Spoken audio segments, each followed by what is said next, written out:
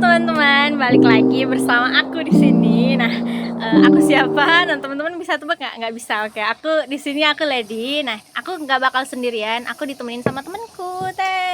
Halo semuanya, kenalin aku Audi. Oke, segitu aja. Emang perkenalannya cuman pendek aja, nggak usah panjang-panjang. Nah, di sini aku bakal ditemenin sama Audi buat ngobrol-ngobrol hari ini.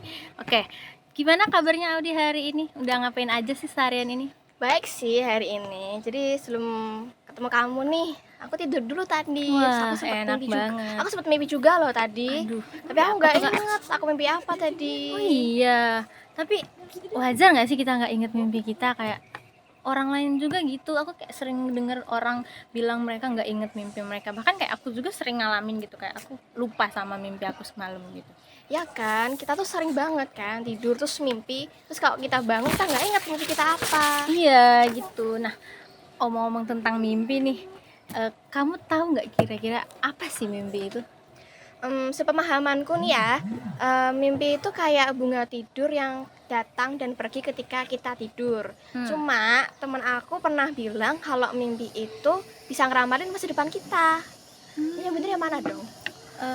Ya itu bener sih, kita nggak bisa menyalahkan itu karena itu kan ya kesimpulan orang atau apa gitu. Tapi kayak aku nggak pernah baca atau nggak pernah dengar gitu orang ngomong terkait mimpi yang secara ilmiah atau kayak ada teorinya gitu. Tapi kayak aku pernah baca kalau misalnya mimpi ini tuh punya teori yang berevolusi gitu.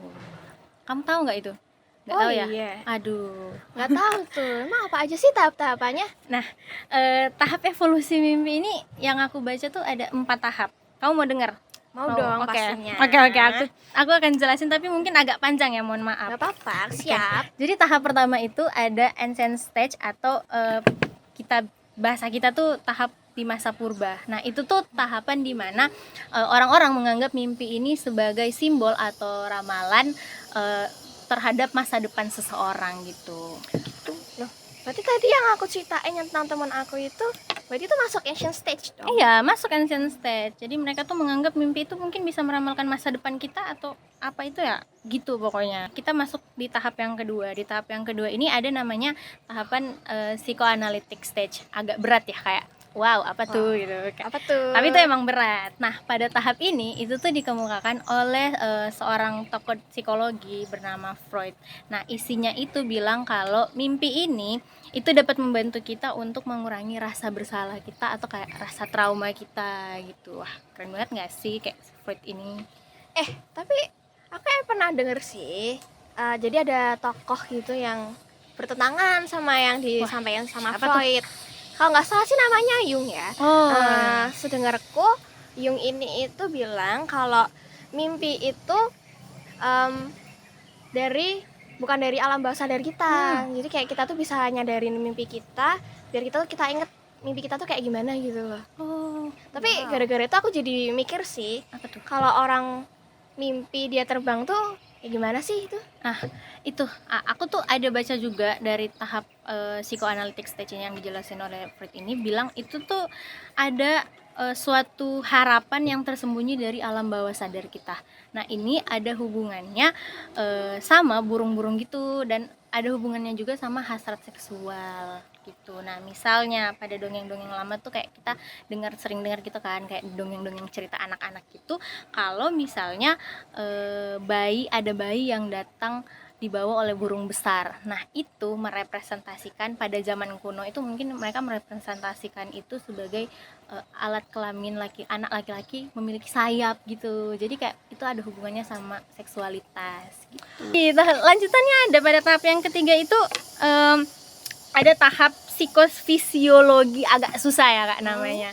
Nah, pada tahap ini itu ada satu tokoh, ada dua tokoh. Ada dua tokoh bernama Aserinsky dan Kleitman. Nah, mereka itu bilang kalau pada tahapan ini ada perkembangan pemahaman akan tidur REM. Di tahapan ini ada hipotesis tentang activation sintetis di mana itu kamu pernah dengar sendiri tentang activation sintetis? Belum pernah dengar sih.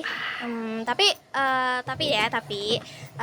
menurut aku nih ya pemahamanku. Jadi hipotesis ini tuh kayak aktivitas-aktivitas dalam mimpi itu dihubungin sama bagian batang otak kita. Jadi terutama di bagian pons yang mengatur atau menanggapi bagian depan otak kita Wow, gitu. agak berat ya bahasanya.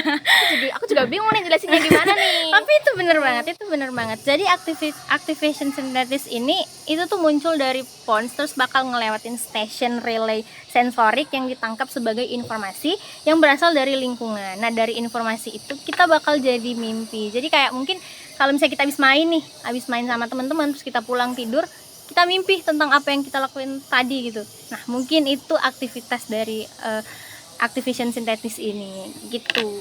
Wah, kompleks dan berat ya Iya, nih sangat topiknya. berat ya, batang otak gini gitu. Jadi udah nih 3 tahap aja nih. enggak, sabar, masih ada. Nah, tahap terakhir itu tahap keempat, yaitu cognitive stage. Nah, pada tahap ini ada 3 cabang. Mereka tuh bilang kalau ada 3 cabang. Nah, cabang yang pertama itu tahap pertama, nekenin pada pendekatan psikologi kognitif. Wah, udah mulai berat nih, udah mulai akhir tapi agak berat. Yang kedua itu membicarakan pemahaman akan mimpi yang dipandang lebih simbolik dan moral dari kognisi. Yang ketiga itu pendekatan klinis eksperimental, di mana cabang ini menjelaskan arti simbolik yang samar dan tersembunyi yang direpresentasikan oleh suatu objek. Gitu. Agak berat ya? Berat Mohon maaf ya, banget. tapi ya kita harus bahas ini gimana dong? Iya, kan memang tema hari ini nggak sih? Iya, oke. Nah, jadi ada 4 tahap nih ya. Iya, ada 4 tahap. Tapi menurut kamu nih kira-kira ada kekurangannya nggak sih dari mimpi ini tuh? Ada dong, ada banget. Nggak mungkin kalau nggak ada kekurangan. Secara kayak kita manusia aja ada kekurangan, dan yang membuat ini kan manusia, jadi kayak Bener pasti sih, teori-teori bener seperti ini sih. kayak ada kekurangannya. Mau aku jelasin lagi? Boleh banget Oke, dong. oke. Nah, kekurangannya ini pada tahapan yang pertama itu di tahapan masa purba, itu kekurangannya karena pada masa itu mungkin tidak ada garis besar ilmiah atau kayak secara ilmiah atau teori gitu yang mendasari penjelasan mereka terkait dengan mimpi ini apa gitu loh. Jadi kayak itu belum dapat kita percaya karena itu hanya kesimpulan mereka sendiri kan. jadi belum Gitu. valid ya. Iya, belum valid. Terus yang kedua ini, pada tahap yang kedua di psikoanalitik ini tuh kekurangannya karena si tokonya ini yang membuat psikoanalitik stage ini, si Freud ini, dia tuh hanya berdasarkan pada studi kasus gitu. Jadi kayak belum ada standar ilmiah gitu loh, nggak mencapai standar ilmiah karena hanya berdasarkan pada pemenuhan keinginan dan belum didukung oleh penelitian. Jadi kita ya nggak bisa terlalu percaya juga ya gitu. Iya sih, bener juga sih. Nah, di tahap yang ketiga itu yang tadi namanya susah banget Iya, psikofisiologi iya, itu. itu. Nah, itu kekurangannya itu hipotesis yang aku jelasin tadi yang tentang aktivitas sintesis itu. Iya. Nah, itu tuh sulit untuk menjelaskan gambaran tentang mimpi gitu. Terus yang terakhir menurut Blackgrove, udah agak toko-toko, udah agak berat nih. Kayak dia tuh bilang bahwa defisit memori yang terjadi pada saat bermimpi itu menimbulkan keraguan apakah mimpi ini bisa membantu kita memecahkan masalah. Terus kayak dalam bermimpi itu tidak mungkin untuk mengingat detail dari mimpi tersebut. Sering kan kayak kita Iya, bener banget gak sih. inget Nggak inget, apa yang terjadi dalam mimpi kita itu. Kayak kita inget sepenggal-sepenggal mungkin. Iya, kayak aku tadi kan. Iya, kayak kamu gitu. Terus mimpi ini juga merupakan suatu representasi individu mengenai keyakinannya gitu. Gitu sih kekurangannya. Kayak wow. Keren kan? Banget. Kayak, wow, ada banyak banget ternyata tahap-tahap kayak terus ada kekurangannya juga gitu. Nah, ini bukan cuma sharing kita doang. Ini ya siapa tahu ini bisa buat informasi juga buat teman-teman bener, yang guys. nonton hari ini ya. Jadi ini bisa menjadi informasi teman-teman, dan teman-teman mungkin juga bisa untuk mencari lebih lanjut Iya, di benar. mungkin banyak sekarang jurnal-jurnal kan, Iya, jurnal-jurnal yang bahas studi tentang kasus. mimpi, studi kasus. Mungkin teman-teman juga bisa lihat toko-toko yang tadi kita bilang kayak ada Iya. Freud, ada Jung, ada banyak banget teman-teman. Jadi ini udah akhir nih dari sharing podcast kita ya di tengah hijau-hijau daun ini. Ini udah akhir dari kita, dan aku mau terima kasih banyak sama Audi karena udah bantuin aku ngobrol-ngobrol hari ini. Terima kasih banyak buat hari ini, dan buat teman-teman di rumah, ingat tadi apa yang kita bilang, jangan dilupain. Oke, terima kasih. Dadah.